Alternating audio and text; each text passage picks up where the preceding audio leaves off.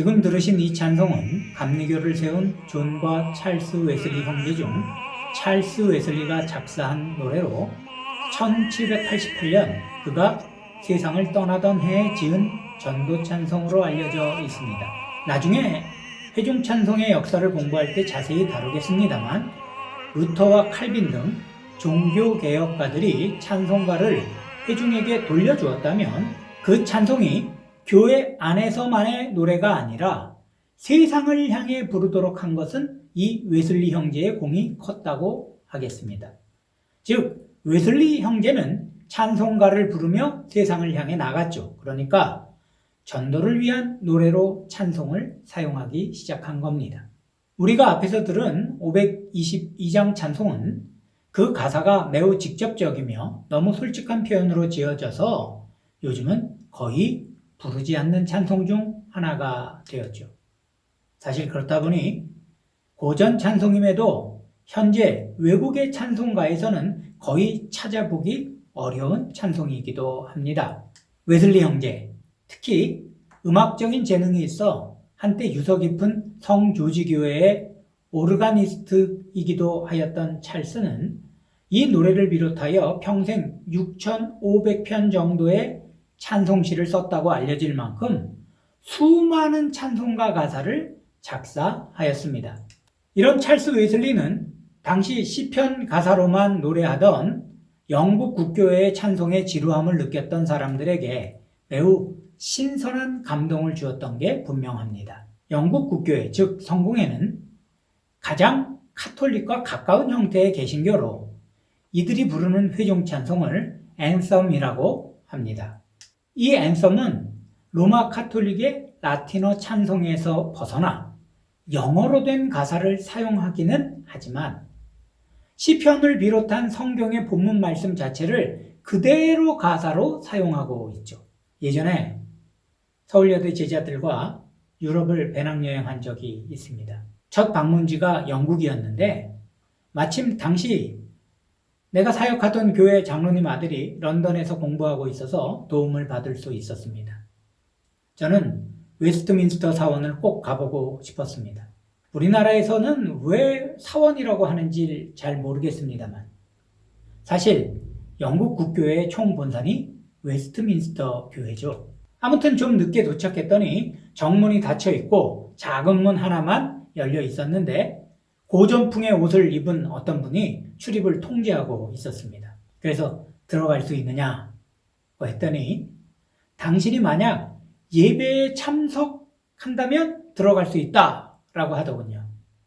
아니 내가 목사인데 왜 예배 드리는 걸 마다하겠습니까? 게다가 제가 언제 웨스트민스터에서 예배를 드려보겠습니까? 그래서 들어가려고 했는데 그 장로님 아들은 자기는 밖에 있을 테니 저와 제자들만 들어갔다 오라고 하더군요. 나중에야 그 이유를 알 수 있었죠. 1시간 동안 예배를 드리는데 마치 성당에서 미사 드릴 때처럼 계속 일어났다 앉았다를 반복하는 것은 물론 다 같이 기도문을 낭독하는 것도 있고 중간중간 찬송하는 것도 있었습니다. 그때 부른 찬송이 바로 이 앤썸이었죠. 영어로 부르는 것도 그렇지만 고어, 즉 옛날풍 영어로 되어 있어 발음하기도 힘들었고 멜로디도 단순해서 정말 부르기도 힘들고 재미도 하나 없었던 기억이 있습니다. 게다가 시차 적응도 제대로 안 돼 있을 때라 저는 그때 사람이 노래를 하면서도 졸 수 있다는 걸 알게 됐답니다. 이후 거의 30-40분 동안은 그야말로 숙면을 취하고 나왔던 기억이 있습니다. 그 장로님 아들은 그걸 알고 있었으니 길을 쓰고 안 들어가려고 했던 것이고요. 아마 지금 우리 교회 예배를 지루하게 생각하는 교인이 있다면 그런 예배를 한번 드리게 해보면 좋을 것 같습니다. 아마 앞으로는 우리 교회 예배를 정말 감사하는 마음으로 드리게 될걸요. 아무튼 당시 영국 국교회에서 자국어로 찬송을 부른 것은 카톨릭에 비하면 획기적이긴 했으나 성경의 본문을 그대로 가사로 쓰다 보니 참여자들에게 그리 큰 감동을 불러일으키지는 못했나 봅니다. 그런데 찰스 웨슬리는 성경의 본문이 아니라 내용을 가사로 사용했고 거기에 일상의 잡다한 일들을 소재로 하여 찬송으로 엮어내는 탁월한 재주가 있었던 거죠. 일명 생활 속의 찬양이 되게 한 겁니다.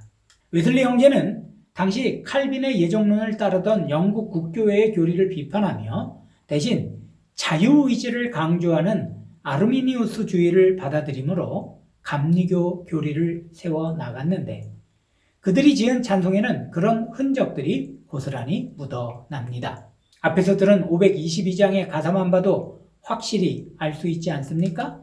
웬일인가 내 형제여 주 안이 믿다가 죄값으로 지옥 형벌 너도 받겠구나. 이렇게 복음을 받아들이지 않는 자의 개인적 책임이 강조되어 있죠. 이처럼 찰스 웨슬리는 찬송을 통해 감리교 교리를 잘 설파했던 겁니다. 무엇보다 웨슬리 형제가 시작한 열정적인 찬양은 복음이 교회 밖으로 나갈 때 큰 도움이 되었습니다. 즉, 전도할 때도 찬양이 사용되기 시작한 것이죠. 예배가 교회 안에서 이루어지는 종교 활동이라면 전도는 교회 밖에서 행하는 종교 활동이 아니겠습니까? 웨슬리 형제는 누구보다 찬송의 위력을 잘 알고 있었습니다. 그래서 찬송이 교회 내에서만 머무르는 노래가 아니라 길거리에서도 들을 수 있는 노래가 되게 한 것이고, 이는 18세기 영국과 미국의 대각성 운동에 큰 불씨가 되었다는 평가를 듣고 있습니다.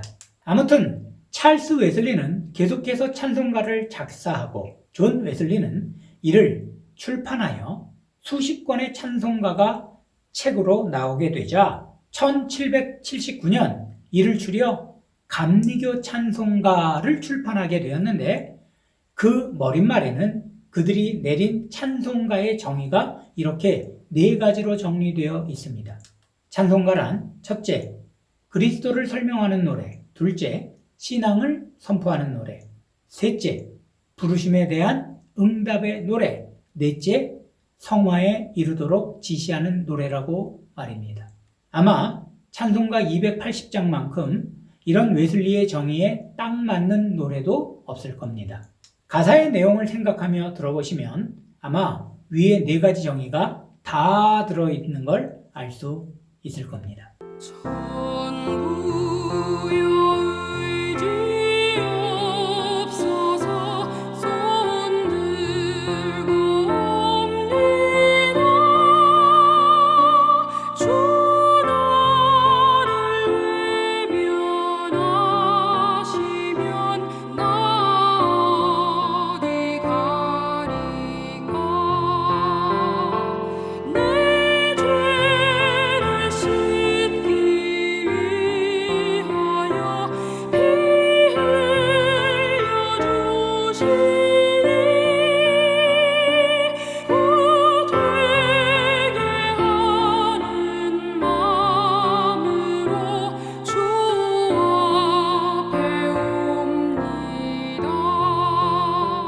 그런데 웨슬리는 당시 찬송가를 부르는 창법이 마음에 들지 않았나 봅니다.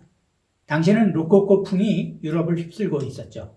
로코코란 낙천적인 가벼움과 경박함, 세밀함과 감각적 추구가 특징인 문화 행태로 교회도 이런 영향을 받아 찬송의 창법에도 로코코적인 장식음과 경과음 같은 것들이 사용되고 있었던 것 같습니다. 이로 인해 찬송의 경건성을 잃어버렸다고 여긴 존 웨슬리는 장로교의 총회격인 감리교 연회 때마다 찬송을 바르게 불러야 함을 강조하였고, 이를 정리하여 그가 출판한 Sacred Music, 굳이 번역하면 성스러운 음악이라는 책의 머릿말에 찬송가 부르는 법이라고 기록해 두기에 이릅니다.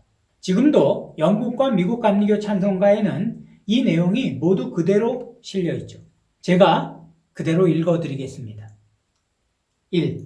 먼저 곡조를 배워라. 다른 노래보다 먼저 찬송을 배워라. 그대가 배울 수 있는 한 많이 배워라. 2. 정확하게 불러라. 악보대로 정확히 불러라.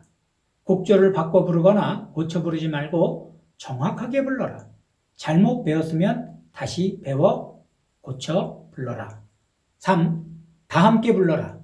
조금이라도 처지거나 억지로 부르면 안 된다. 노래하는 것이 그대에게 십자가가 된다면 이를 제거하여라. 그리하면 당신은 찬송을 부름으로써 하나님의 은혜를 깨닫게 될 것이다. 4. 열심히 불러라.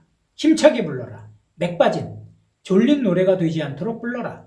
정성을 다하여 소리를 높이어라. 그대가 사탄의 노래를 부르지 않는 한 자신의 소리를 부끄러워하지 말아라. 5. 겸손하게 불러라.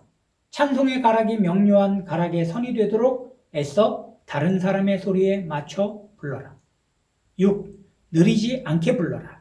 찬송은 너무 느리게 부르면 안 된다.